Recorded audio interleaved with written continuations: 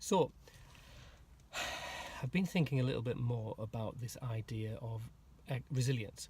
And at the end of last week's vlog, I spoke really quickly about this idea of one model of developing our own resilience as we care for children who are vulnerable and challenging behaviour and aggressive behaviour and all kinds of different behaviour that kind of has the potential to grind us down and play havoc with our mental health and our lives.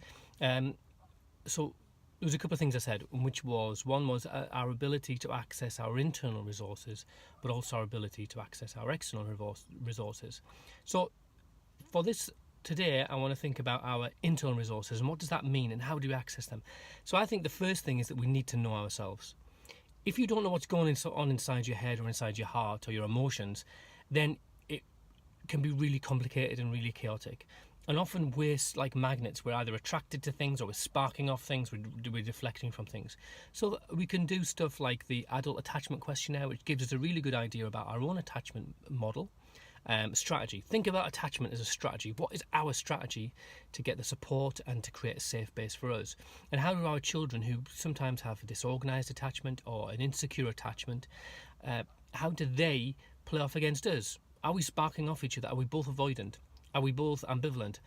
What is going on there? Get to know ourselves. The second one, I think, is that we've got to really start to develop our own knowledge. Be the help that you need to be. One of the things that led me into social work was that I was kind of really dissatisfied with the level of support I was getting in relation to understanding what was going on in my child's life. Become an expert.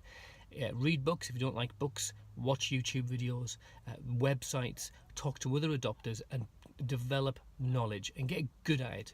Be better than the professionals. Don't just accept, wishy-washy answers. People talk about disorganized attachments. What does that mean? If you've got a diagnosis, what does that actually mean? People talk about attachment disorders. Well, actually, look up the literature because there's not a lot said about attachment disorders. People throw around terms like, RAD, RAD. Again, the number of children who've got reactive attachment disorder is tiny. And if you've got a child with reactive attachment disorder, I assure you will know about it. So become an expert, understand the impact of trauma, of loss, become an expert in the process, become an expert in education process about the EHCPs, the virtual school heads. Develop your knowledge through the people around you. The third one is I think that we've got to access sometimes spiritual stuff, and so there's a really interesting study from Australia where they considered the resilience of parents who looked after disabled children who experienced an awful lot of challenge both personally and in trying to access resources. And one of the things they said was actually a strong faith, and that they didn't specify what faith. So that could be Muslim, it could be Buddhism, it could be Hinduism, it could be Christianity, it could be a whole raft of things. It could be something in between. It could be something that's really personal and unique to you. But that can actually be really helpful. Meditation, yoga, contemplating, seeking support from your higher power, whatever that is.